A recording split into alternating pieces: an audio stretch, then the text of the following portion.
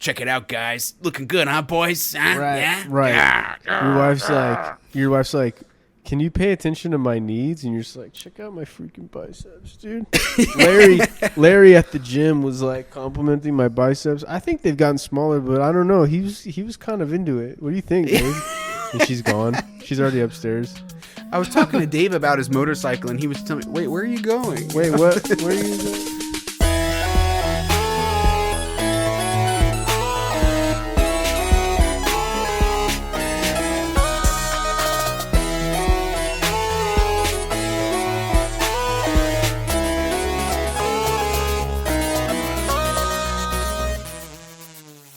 Hello, and welcome to Grass Touchers, the show where the three of us pals talk about video games and how little time we have to actually play them. I am Jake. I am Jared. And I'm Greg. He's back, ladies and gentlemen. It's true. Your eyes and ears do not deceive you. Eyes in our case, because we get to see his beautiful face. Greg is back from the Dadlands and loving it. You're going to hear all about it, I promise. So happy to have Greg back on the pod. Really only 1 week away. That's pretty good. Yeah. You just got it down. You mastered parenting. It's not that hard, right? I just couldn't stay away, guys. Complaining about what's the big deal? Yeah, my son's already been accepted to Harvard, and I just couldn't stay away. Whoa. So. Congratulations. Crushing it. Well, Jared, let's hear it, man. What have you had time for this week? I've had time for my usual Dota sessions. Went on a pretty massive losing streak this weekend, and that was hard to endure. But I've won a couple since. Okay. Outside of that, I have not had very much time to play video games. I've been very busy with work and some other family-related things. But, just coming up with some new ideas. Actually, things I can't mention on the podcast because Jake will just cut them out anyways. But things are going well. It's nice and hot out here in Tucson. And I'm having a good time. It's that shop, man. I feel like I should commission like 14 different metal signs from you guys just so you can like get an air conditioning unit of some kind. We're gonna do it. We're gonna do it. It's more of a matter of manpower at this point than it is funds. We just got to get those things set up. But it's so hot now that it's and you'd probably have to like halt production to some degree in order to like get those installed, and you can't. You got to make money. You got to keep working. So. Yeah, exactly. It's just me and my dad out there. Me and my dad and the dogs. And there's 3 dogs. 2 of the dogs are, how do I put this politely? PC-wise. These things are retarded. One of them, I'll tell you a quick story. I'm out there picking up the dog duty. I'm out there picking up the crap. Yeah, I'm scooping it gotta in. Go on poop patrol. You got to go on poop patrol. I look over to my right. What do I see? But one of them its name is Domino. I call her Domino. I see her squeezing out a fresh one for me. I say thanks. Thanks a lot. And then along comes Shanae, which is a Chihuahua mix, and she helps herself. Oh, dude. She starts chomping away. Oh, dude. Yeah. So there you go, guys. That's what I've been up to. Nice. That I've been, I've been watching lots of Captain Planet, trying to become more, eco-conscious. Felt like that would be the best jumping off point. Gotta go green, dude. Gotta go green. You gotta go green, baby. So that's all I've been up to. What are we up to? What's Daddy Deg been up to? Daddy Degless. Well, as you all may know, my wife and I had a child last week on June 3rd at 3:33 p.m. Whoa, that's cool. Which is super easy to remember and very cool. He's super healthy, and so is Mama. Mama's recovering very well, and it's been amazing. Just an incredible experience. Can't describe it, and my life has forever changed in such a wonderful way. And even if I could go back, I wouldn't. I just love it. Right. nothing like looking at your child for the first time, and especially the moment when they open their eyes for the first time, just unbelievable. And you get to see how much they look like mom and how much they look like dad. And has he? I don't know about you, but one of my favorite ways to hold the boys shortly after they were born was to sit on the couch with my knees up and just have him sit like this. Oh yeah, I love doing right that. Yeah, isn't that the best? Has he just sort of like looked at you like? He that does. Prolonged eye contact where you're like, oh, he's looking at me. Oh my god, it's amazing. Great. And he's like, you can tell he's like trying to figure out what you are, And yeah. But my son does this like listeners you can't see, but like I'm gonna do a facial expression, but he sticks his tongue out constantly, so he's always like. Like he'll just stare at me with his little tongue between his teeth, and it's just the cutest thing. Gee, I wonder where he got that from. Wow. Yeah, I wonder. Comes by it honest from daddy. But I mean, it's just stop amazing. doing all those tests. Yeah. Okay, he's fine.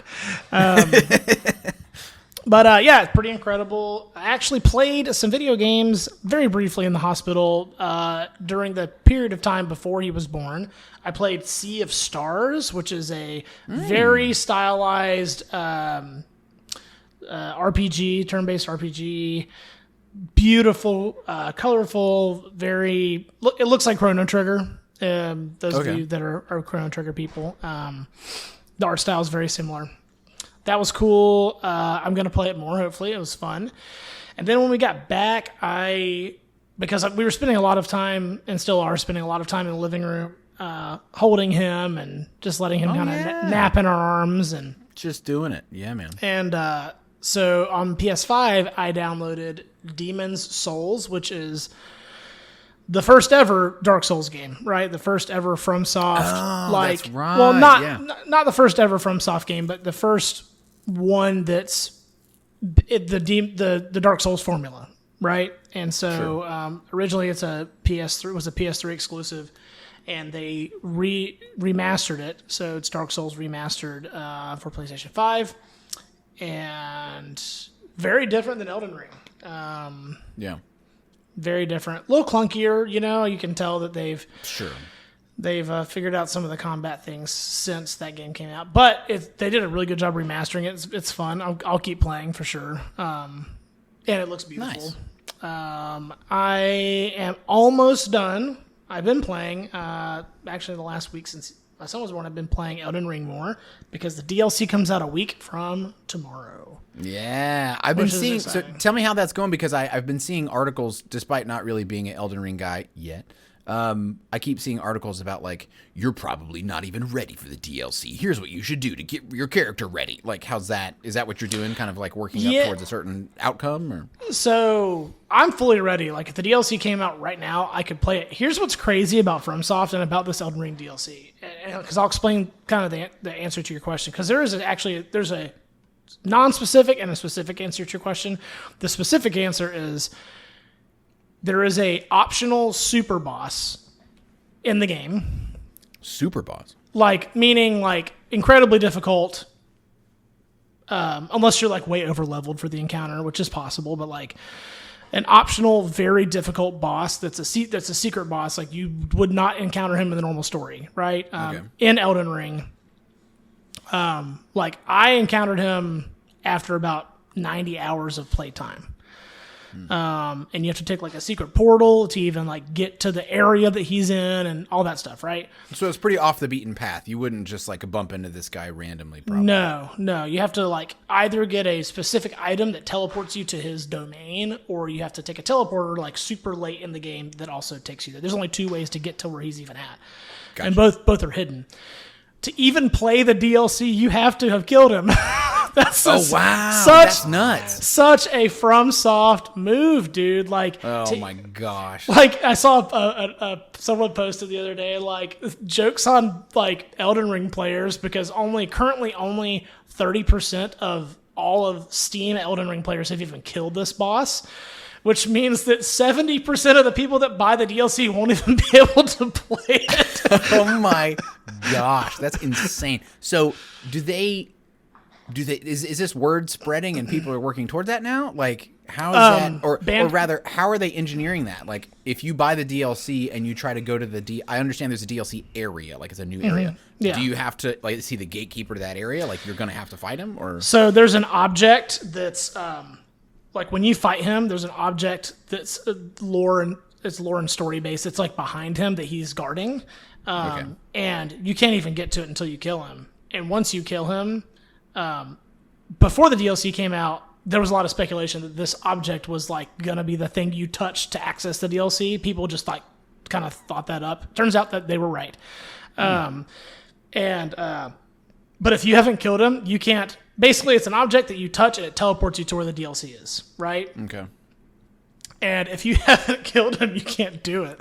So it's like, but Bandai Namco and FromSoft put out a statement last week saying, here's what you have to do to access the DLC. If you haven't done these two things, do them now or you can't play our game.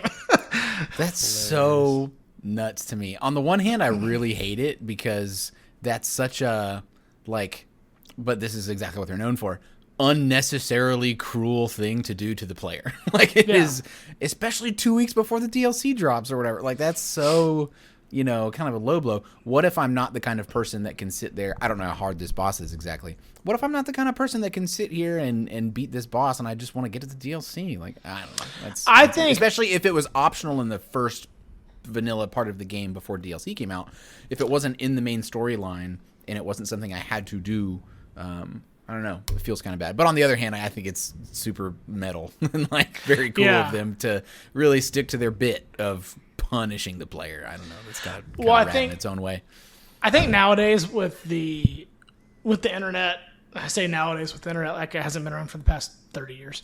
Nowadays, But I think with YouTube and all the guides and all the walkthroughs and all the things and with all the information out there, if you play Elden Ring more than, 10 hours, you probably know about this boss. You probably have seen a video of him or something by accident on YouTube or something. So. And so, it's pretty hard to not know he exists. And it's actually not like hard if you know how to access him. The accessing him is not the hard part. He's just a really hard boss to kill unless you're like at least level 100. Oh, wow. And so, or you have a very high skill level. Like if you've been playing Dark Souls games for a long time, you probably would be good enough. You could find a way to kind of cheese past them at a lower level than 100. Yeah. But wow. It's very rad. The DLC looks it's very dark. It kind of has a Bloodborne look to it, which Bloodborne was another FromSoft game that came out, was a PlayStation exclusive. So everyone's super hyped. I'm sure it's going to be incredible. They say that the DLC is going to have like 60 hours of gameplay, which is just massive for a DLC.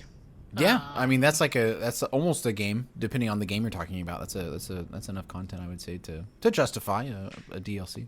Yeah, so I'm very excited for my pal Jake to play some Elden Ring at some point. I know he's going to. I'm trying to use your money that you gave me as wisely as I possibly can. Completely sober, by the way. I'm hoping that's right. You did. Of all the things that you and I have ever done together, this was one of them, and it was a sober one. There's a, I'm hoping that at some point in the not too distant future, it will be like, all right, here's the game and the DLC, $60, or maybe like $70. Like find me a little bit of a deal there. I don't want to buy, $100 worth of game for something that I, am trying on a, I don't want to say a whim, but it's not. It wasn't my idea in the first place anyway. Well, boys, for me, it's been a little bit of PUBG just kind of here and there. That's kind of the main thing. I've had enough success, and I've just kind of leaned into the suck. When it sucks, it's like, fine, whatever. Next. And I did put Rocket League on my Steam Deck. Turns out I'm not very good at Rocket League with a controller. It did not come back to me. I used to play Rocket League a lot with mouse and keyboard, and on a controller, it's wildly different. I got absolutely stomped. And I also forgot how common it is for, I was just playing casual or whatever. I forgot how common it is for people to rush you with full boost and do a demolition on you and blow your car up. I forgot, that's a thing that people do. And it's so weak. It's so lame. It doesn't feel good. And so I was busy dodging this guy because I was I wasn't being super aggressive because I didn't know what I was doing. And this guy, you know, I was kind of in the goal, and the guy on the other team was just blowing me up. And I was like, man, I forgot Rocket League kids are super annoying. So anyway, I'll probably get back into it because I just remembered once I booted it up, like that skill ceiling is so high. And it's a rad game. Like the concept of it is really cool. I ran through the little training things at like rookie and intermediate to just refresh my memory of the game mechanics and like the controls on Steam Deck. And, you know, hitting the ball into a goal is a fun thing to do just across the board as a human. And doing it with a little RC car going at 1,000,000 miles an hour is really cool. And so, anyway, there's Rocket League. And then I got a new vehicle, IRL, in my actual garage right now. I'll be speaking about it later. Something I've been working toward, and I'll be sharing a little bit more about that. That's been a big highlight today. I got it just today. So, yeah, just kind of PUBG, man. We've had some successes with that. Me and Tyler linking up occasionally. Really been enjoying it. There's a new season that just dropped in PUBG. Maybe we can talk about that sometime. I'm not really sold on it yet. But they made some changes that are... They made some new changes that are actually really great. Okay. You know what? Let me go ahead and I'll give you a little taste. A little taste. Okay. You know. I don't want to give it a whole segment because I haven't played it that much. But this Give me a past little Costco Tuesday, sample. yeah, those Costco samplers are so good, dude.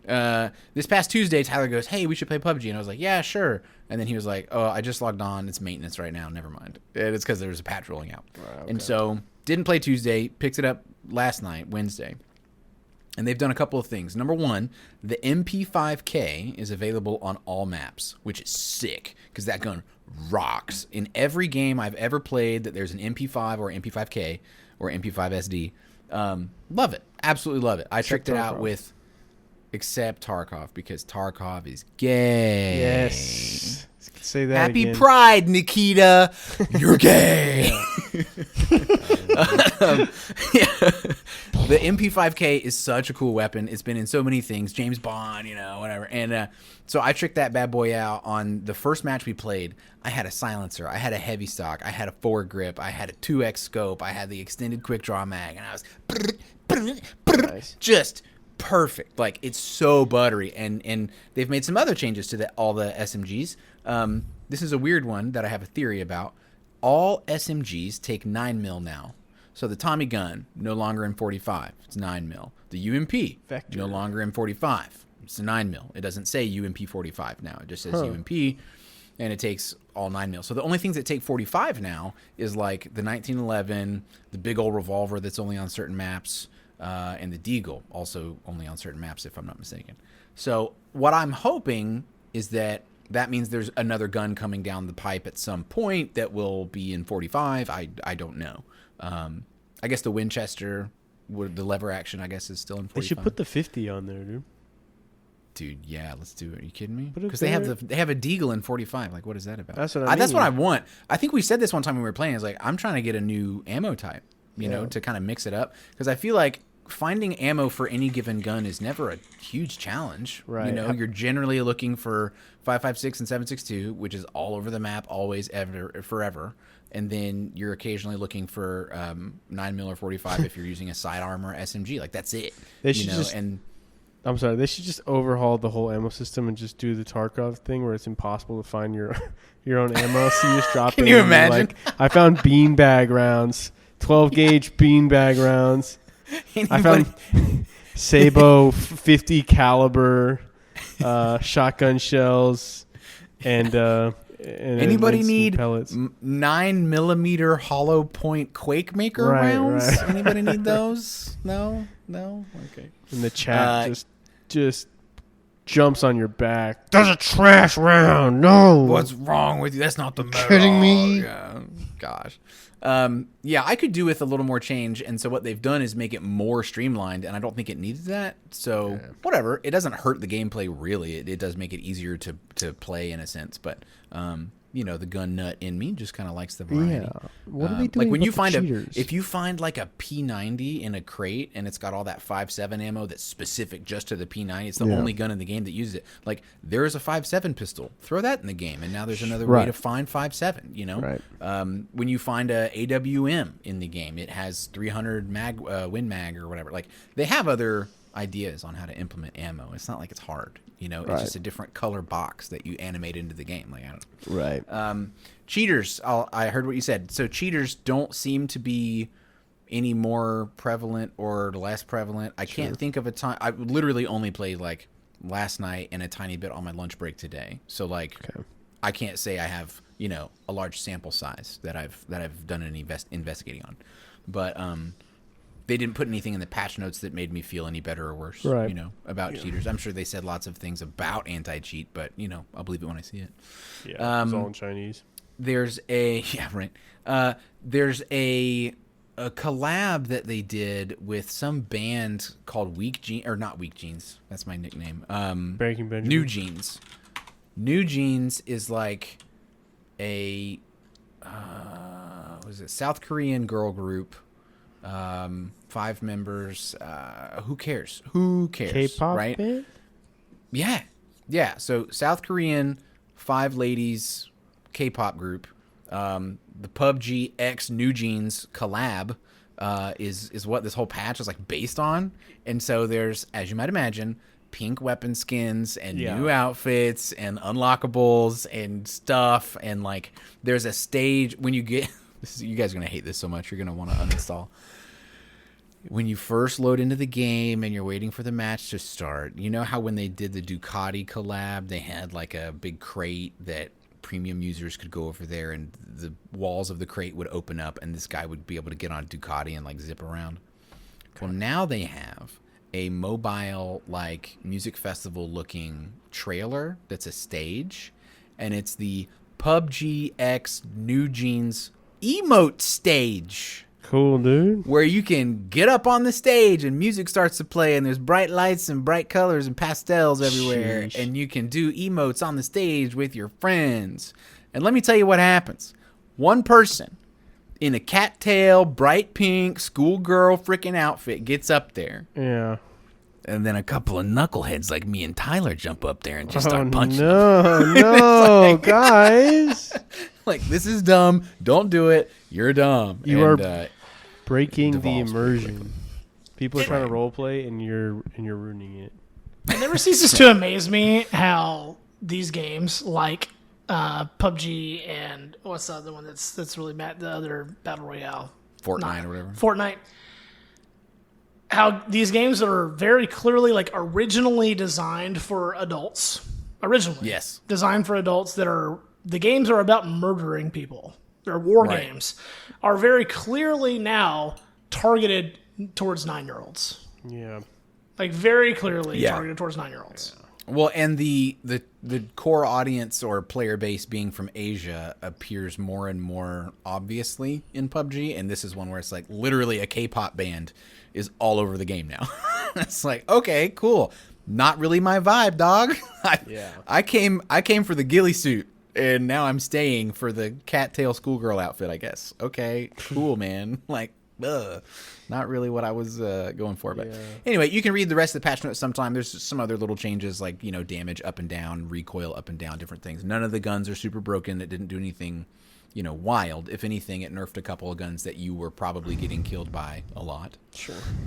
So, yeah, it's good, man. I know that. Now I remember that group, the 5. I actually with all 5 of them, so I do remember them now. Dang, dude! Yeah, you got like an uncle that works at the record label, right? Yeah. No, dude, no. It was a long time ago.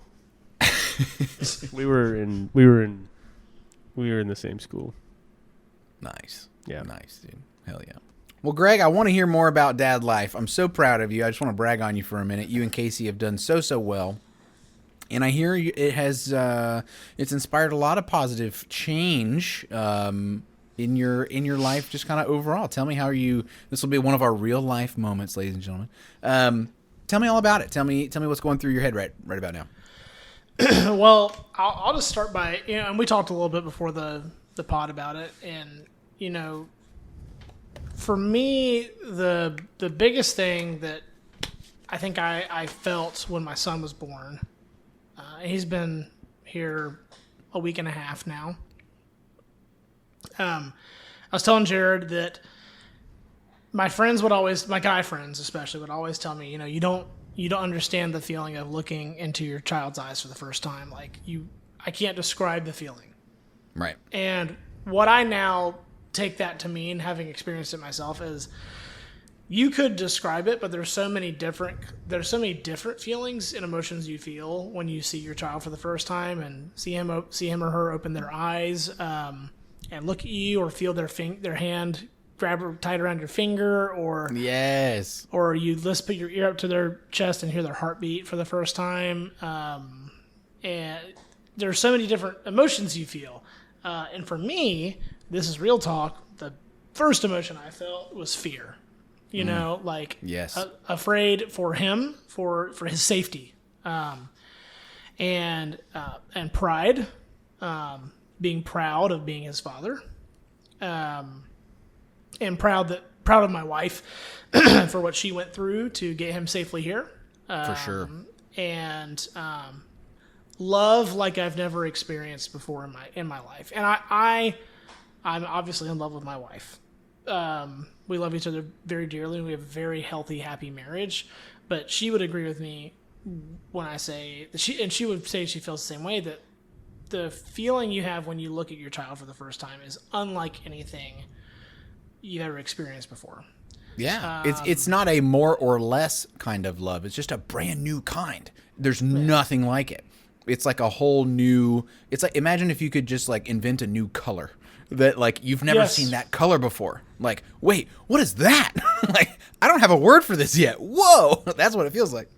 Yeah, I mean, like all of my emotions were like dialed up to 10.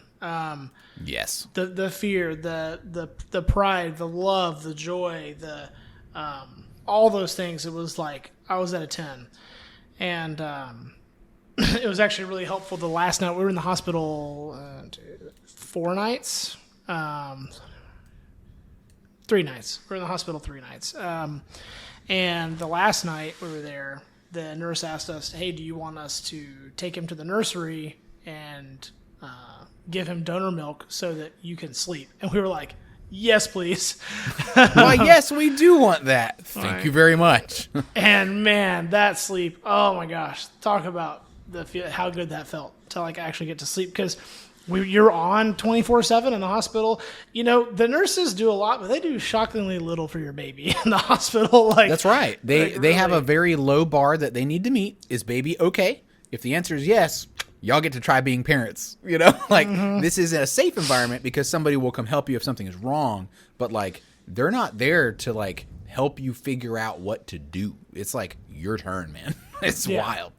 Almost immediately as soon as he's born. I mean, really, it's kind of I mean, we like. I remember the first time the nurse left after he was born. I looked around. I was like, "Casey, like, what do we do?" Yeah. And she's like, "I don't know." Nobody's stopping me. Why aren't they stopping me? Why did she leave? Yeah. And like when you drive away from the hospital with the baby in your car, you're like, "They let us just take this thing?" Like, yes, it's like, wild. I know a lot of people say that, but it can't be said enough that is just a new color of the rainbow. Like, this is a new feeling I've never felt before. Oh my goodness. Yeah, it was pretty wild. So yeah, it's amazing. And my life is forever different in such an amazing way. I can tell how much I'm going to like my life more already. It's not easy. It's definitely, my life definitely feels tougher now because, not that it's overwhelming, because it's not. It's actually not overwhelming at all. I love it. I mean, I love taking care of my son and being there for him. And well, you're a super high functioning guy. Like, I've seen you work through really tough and busy and challenging parts of life and come out the other side like, yep, well, did that, like, it's not your capability as an individual is different for different people. that's never in question. But it's it's just a new level of, like you said, everything's at a 10 sometimes. It's like this new thing that demands a different kind of energy from you. Yeah, and Casey and I are very lucky. Lucky's not the right phrase. We're blessed because, in many ways, because of the gifts God has given us, but also because of the systems we've put into place and the hard work we've done in our careers and building our home and building our family and putting ourselves in situations to get lucky. Yes, right. I feel you. For example, Casey. And this was all planned, but Casey switched to working largely from home about 6 months ago. So rad. And her mother retired 2 weeks ago. And talk about the stars aligning. That's pretty sweet. It's almost like that was planned, my friend. Yeah. And so, like right now, she's taking care of him, and I'm able to do this podcast. And that's awesome. And it's not always that way in every marriage and with every child. And, I started going back to work this week, and her mom was able to come over and just be here with her so that she wasn't alone in the house for 8 hours for the first time. Yeah. And my mom's in town right now too, which is cool. My mom flew in. Love that. 2 nights ago. And it's just great, and I hope for our listeners out there, I hope if it's in the cards for you, I hope that you get to experience being a parent. And for sure. I'm not an expert by any means. He's been here a week and a half, but I'm a parent. I'm a father now. I'm a parent, and that's pretty damn cool to be able to say. For real. And it's a blessing. It's just the most amazing thing that will ever happen to you. That's right. And it can be done. And it gives you perspective. Rocks. It makes all my trivial, I won't just say just work, but work and any other thing I worried about in my life. I'm like, okay, how's my son? Yeah. Yeah. Perspective, right? I think that's one of the things that shifted for me, and continues to shift as my kids grow up and they're more independent. And I get to, I can afford to give them a little bit of freedom in this area of their life, but I'm still worried and, making plans for them on this side of their life because they can't do that stuff yet. I remember the first time that I held Max, our firstborn. My dad came in the room after he was born, and I sort of held Max, and I was crying. I was happy tears, I'm like, oh my gosh, I can't believe it. And I looked at my dad and I was like, I was kind of joking, just trying to come up with something to say, how do you make conversation? I'm holding my baby for the first time. How am I supposed to talk about anything? And I was like, what do I do now? I got a baby. There's no one going back from this. This is the new hotness right here. This is it. This is all that matters right now. And my dad said, you love that woman and you love that baby. You're going to be fine, and he was very insightful in that moment, because it gives you this perspective of okay, cool. I can boil all of my life down to those two things right now, because first I got to love my wife right, because if I'm not doing that right, the family isn't the family that it should be, right?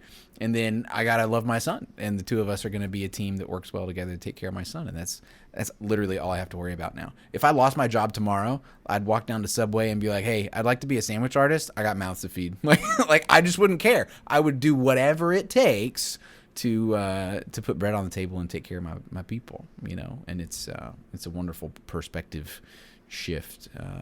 So happy for you, dude. Thanks, man. Well, in other real-life news, I'll share... I've got a little video here I'm going to pop in the Discord for you boys. I really can't quite capture the magic of this experience, but I'm going to try to anyway. I am now the proud owner of an all-electric motorcycle. It is the BMW CE04. Listeners, feel free to Google that up. It is pretty sick. I say motorcycle. Some people refer to it as a scooter. I don't really care what you call it, but it can go 85 miles an hour, and I'm driving it to work after I get a motorcycle endorsement on my license. So, it might as well be a motorcycle. You know what I'm saying? Wait a minute. Were you driving at 85 miles an hour through your neighborhood? I was not. I was not. I hit 55 when I was tooling up and down this one main drag road. The video, I have got a couple pictures in the text chat, and there's a picture of me. Speaking of children, who's Benson that guy sitting behind you? Right. I see you got your Spider-Man helmet that we bought you for your birthday. Who is this guy sitting behind? I don't understand. He's a very nice man. He gave me a lollipop right before. Oh. So what Jared is referring to is there's a picture of me with my son Benson in my lap on the bike. This thing, you guys, is so cool. It is space age in every way. It's very sort of hip and modern. It has some really interesting lines to it. I think the design language of BMW comes through. It looks kind of luxury, but it also looks kind of aggressive and like cyber bike freaking cool. What I sent in video format was Andrada behind me on the bike, because it does have foot pegs for someone to sit behind the driver. I got her on the bike, and I took this turn, and then I gunned it. And she was like, whoa! And you can kind of get an idea of how quick it accelerates in that video. I went like 0 to 35 and then slowed right back down in a very, very short amount of time, because it's an electric motor and it just rips so fast. Like, it's got 4 driving modes and every single one of them is fast, but the fastest one is like stupid. It's really cool. Yeah, that's pretty good. The reason I'm stoked on it is because it's going to be I'll make no bones about it. I bought it because I think it's cool. Okay. Like, I just think it's rad. So it's a toy for me. But the payments on this thing, are going to be like $200 a month, you guys. And that includes everything. My insurance, just everything all wraps up to about $200 a month. I spend more than $200 a month on gas right now. Dang. In my Ford Flex, because that's the vehicle. My wife has to drive the Hyundai, which is way better on gas. She drives the Hyundai up to Duke, which is like super far. It's a little over an hour. And so I drive the Flex, which is this big, third row family hauler. That's the vehicle I've been driving to work every day. Every day I go to the office anyway. And so filling that thing up like really kind of sucks. It's not super good on gas. And I'm going to be making money every time I drive this thing, compared to what I was doing. It is a 2023 model. I bought it new, not used. It's got heated seat. The seat heats up. The grips heat up. There's this 10-inch screen on the front that you control with this little wheel on the grip that, like, you can connect your phone to it and do navigation. And if you get a Bluetooth headset for your helmet, then you can like listen to music and stuff. And the BMW app is really great. I've been keeping track of like where I expect to drive this thing, which is primarily work. But there's lots of chargers in our area, and you can plug it into any just like level 2 charger. Those are more and more common, kind of everywhere you look. Some of which are free, which I'm looking to take advantage of. Greg, the disc golf course that we go to in Pittsburgh almost every time you visit, Rock Ridge. Just up the road from there in downtown Pittsburgh is a charger. And so I was planning out like, oh man, I could me and Andrada could hop on the bike and go play around a disc golf, go downtown Pittsburgh, hit the brewery, charge the bike, go home. Like, what a afternoon that would be. That'd be sick, And so I've been tooling around the neighborhood in this thing, and it is stinking awesome. I really enjoy it. I rode dirt bikes when I was a kid. I've always been somebody that gravitated toward like, let's go fast and do tricks. Like, I used to skateboard and all that kind of stuff. So I feel comfortable on a bike, and I'm looking forward to really revitalizing. The morning commute should be or could be a good use of your time. It doesn't have to be wasted time. You could learn a language. You could listen to a podcast. You could drive a freaking cool motorcycle and enjoy the scenery. I'm really looking forward to changing it up with that bad boy. So I don't know. It's not really a point of discussion. I just wanted to share that I think it's really cool. Do you guys have any feelings about like, I don't know, electric vehicles? Would you ever do something like this given the chance? Do you dig motorcycles? Like, where do you land on this kind of thing? I'm not a motorcycle person. I think they're cool. I think they're scary. I would not personally choose to ride one. Right. The electric vehicles, if I had the money, I'd be all about like a Tesla Model S, like the super fast one. Right. Like, I think that'd be super rad. I have a friend that has a Model 3. I think it's cool, you know? You and Casey rented a Model, was it a Model Y? That was, dude, that thing was so fast. Oh my gosh. Yeah. Those things, all Teslas accelerate incredibly quickly. And so, like, pleasantly roomy. It's this very sort of full-size sedan feeling, vehicle. I love this thing. Yeah. You'd be shocked the large amount of Teslas in Texas, considering how oil happy and gas guzzling proud Texans are. Well, there's like a big manufacturing sort of like headquarters of Tesla.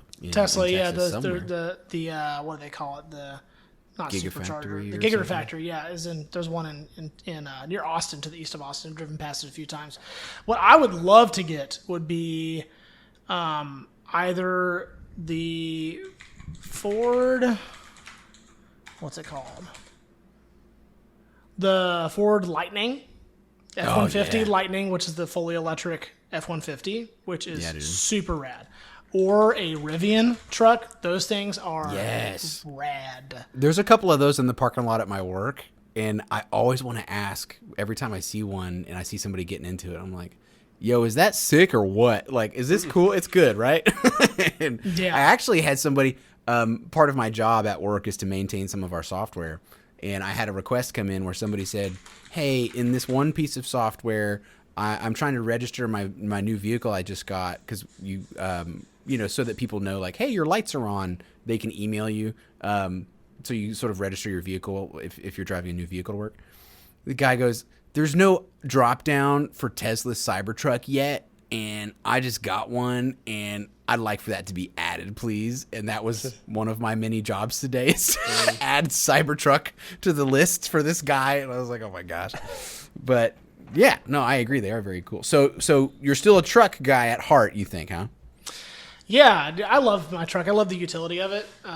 Being a band director, we do have trucks and things. We can use box trucks and semi-trailers to haul equipment, but there are some times where we just need to grab a few music stands and a drum set and things like that. Right, and for the sure. truck is super convenient for that. Anytime we're moving stuff between campus, it's great. I love having the utility of the bed for garden stuff, and yard stuff, and For sure, dude. hauling mulch and all the things. How is your little garden? Didn't you plant some stuff a while ago? It's terrible because the freaking deer in my neighborhood. So I bought Oh no. a gun. No, I'm just kidding. I already own a gun, and I told Casey, I was like, I'm gonna sit on the front porch. Texas boy right there. Yeah, so I'm gonna sit out on the front porch like wearing like camo and face paint and stuff, like sitting just like on my porch with a gun and just shoot the deer in the middle of the night. And Casey's like, you will not, because you'll get arrested, because we can't discharge firearms in our neighborhood.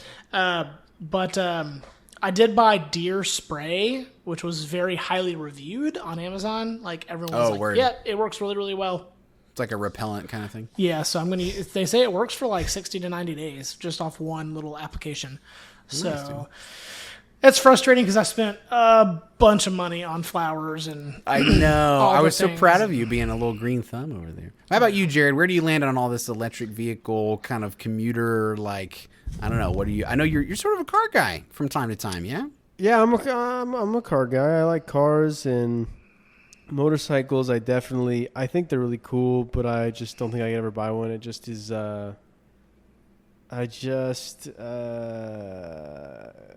not too cautious. I just am too wary of people doing stupid things that it would just stress me out more than it would benefit me, honestly. For sure. Yeah. And but it is one of those things where it's like, if I had never gotten married, if I just was somehow doomed to like a solo existence and I knew that, I'd be like, just some guy by himself constantly. honestly, dude, I would Send for sure it. get one of those. Yeah, because they look so awesome. You can't not look awesome on a motorcycle. They accelerate faster than pretty much any car. They get great gas mileage. It's like all these reasons why it makes a ton of sense, but there's that one reason. I hear you halfway talking yourself into it right now, actually. Yeah, dude, I've been halfway talking myself into this for years because it makes a ton of sense and it's freaking bad. dude, it's yeah, very cool. I know. But dude, but no, so when I was riding my little bike around, I took a little lap around the neighborhood, and the boys got their little helmets on, and they're like, "We want to ride," and I was about to give them a ride, and I pulled up to the driveway, and Andrada was taking these little videos and pictures and stuff, and I pulled up to a stop, and I popped my visor up, and I sort of looked at her, and I was like, "Huh?" Yeah. And she was like, "Yeah." I was like, "Yes." All right. She was like, "That's pretty hot. What you're doing right now? That's pretty sweet. Highway to the danger zone, dude." Yes. But to your point, you are not wrong. And listeners, I'm here to tell you, it is not a safe thing. You are safer in a 4-wheeled vehicle. Sure. You'll never hear anybody that knows what they're talking about say different. The reality is, I have a very specific commute that I will almost never deviate from. I know that road really well. It's not a very populated road. It's kind of a back roads kind of deal. And I'm confident that the 2.5 miles that I am on the highway, like, I'm going to keep my distance from just literally everyone. You know what I mean? Like, I'm just going to go the speed limit and chill when I'm around other people. Because that is the main thing. You can be as good of a driver as you want to be. You can be as cautious as you want to be. You can use that turn signal, and you can honk, and you can be like really communicative and safe, and you can have all the gear and like be decked out, and stuff. Like, I've got pants that I think are going to be good to ride in. I've got shirts and over, sort of coverings and jackets, and I may get more of that kind of gear too, just to give myself some peace of mind.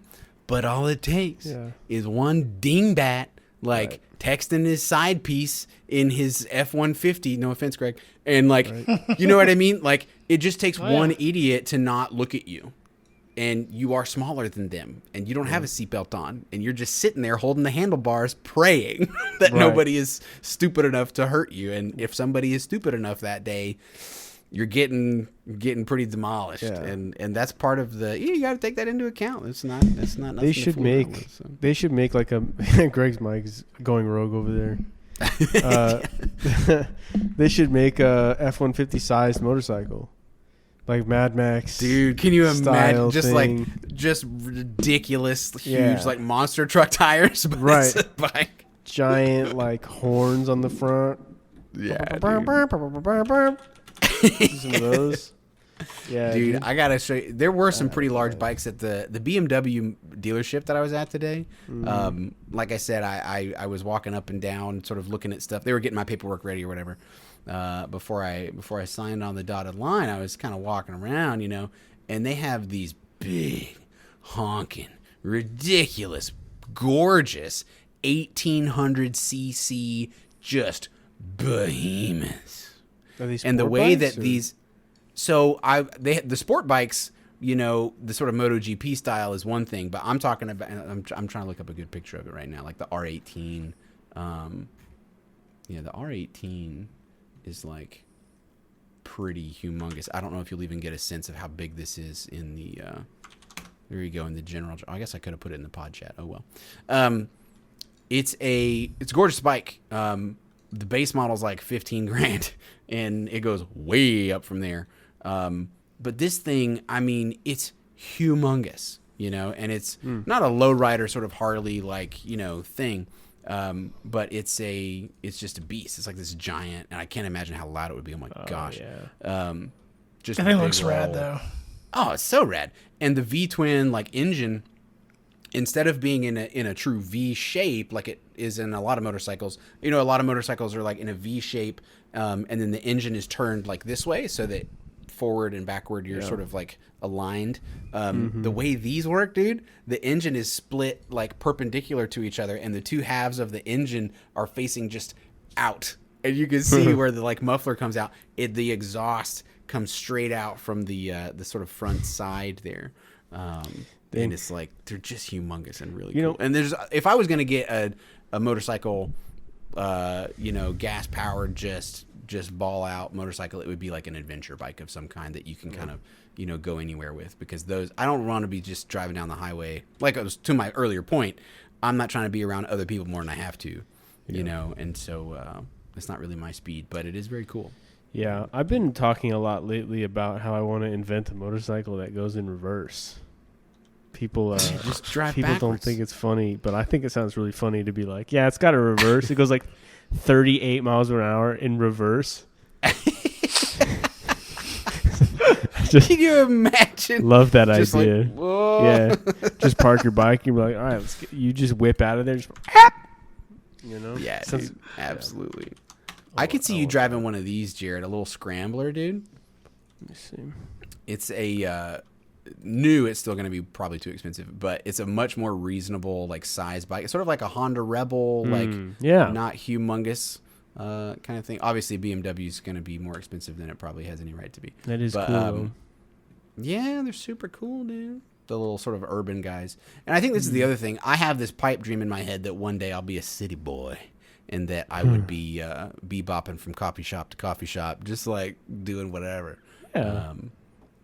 Like I said, the range on the CEO4 that I have is like 80 miles, and my commute to work is like 20. So it's a perfect commuting sort of solution for me.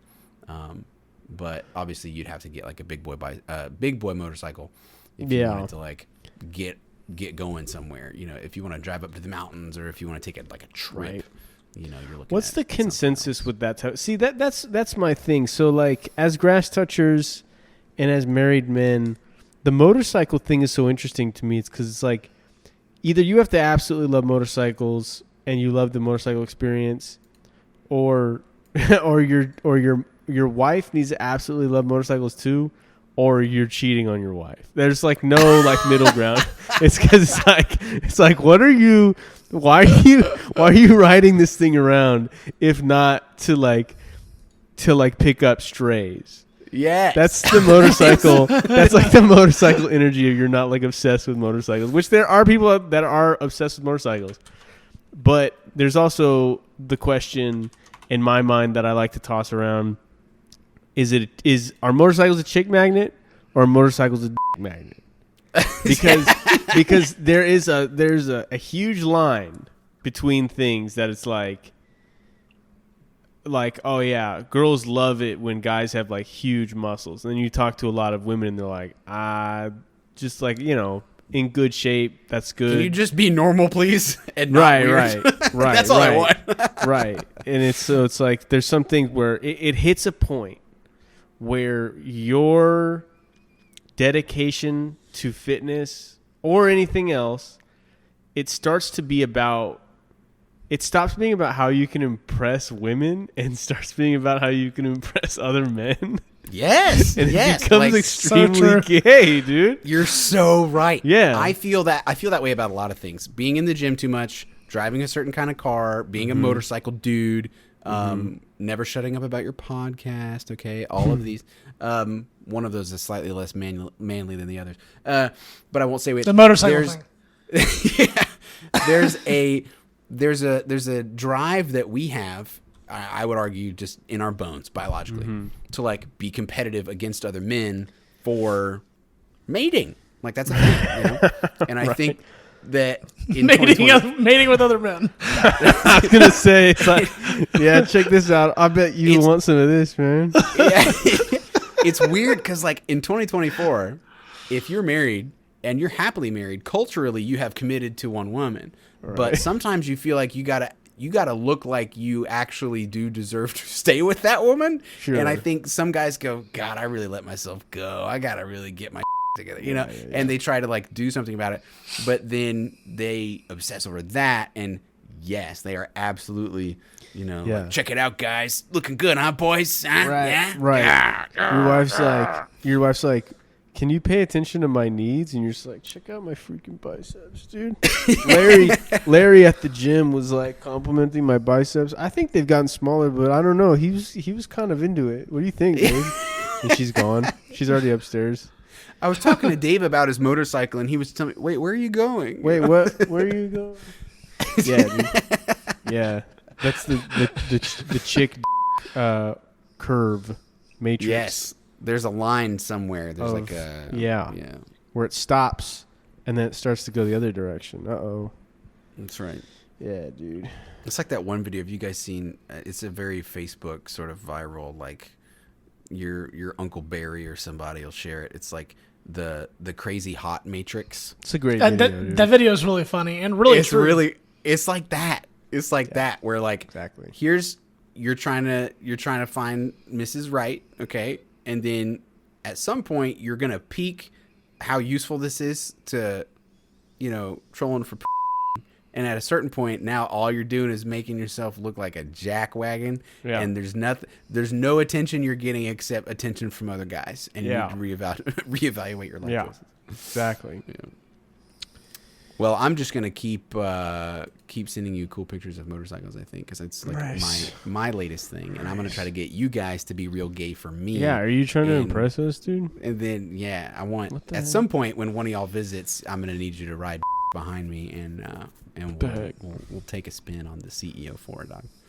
That last bike I sent is the bike the kind of bike that I would want, and they call it an adventure bike because. You can ride it on the road. You can take a long trip with it. You can put little bags and boxes and stuff on the back. But the point is, after you get to where you're going, you go like tear up some trails and like go off the beaten path. I think that's what I'm into. Back when I was riding dirt bikes, it was like my favorite thing to just like get lost on some trail. Like so fun. You have a little adventure, a special little adventure with your friend Steve from the gym. That's right. You're going to tear up some back roads and tear up his back road? Broke back freaking BMW, you know what I'm saying, dude? Yeah, dude, BMW stands for Big Man Wov. WUV. I was going to say Big Man Wieners. Whoa, come on. This is a family podcast. Yeah. After I edit it, it's a family podcast. Thank you all for joining us. It has been an absolute pleasure. I am so excited to be back and discussing all the wonderful things about video games and other sources of media that we love and adore as little time as we have for them sometimes, especially when we have babies. So that's right. Sorry, I thought you were going to say something. I thought about it and I thought better of it. I was just going to say I appreciate when we just kind of talk about real life, and that's pretty cool too because that's another sort of premise of the pod. So.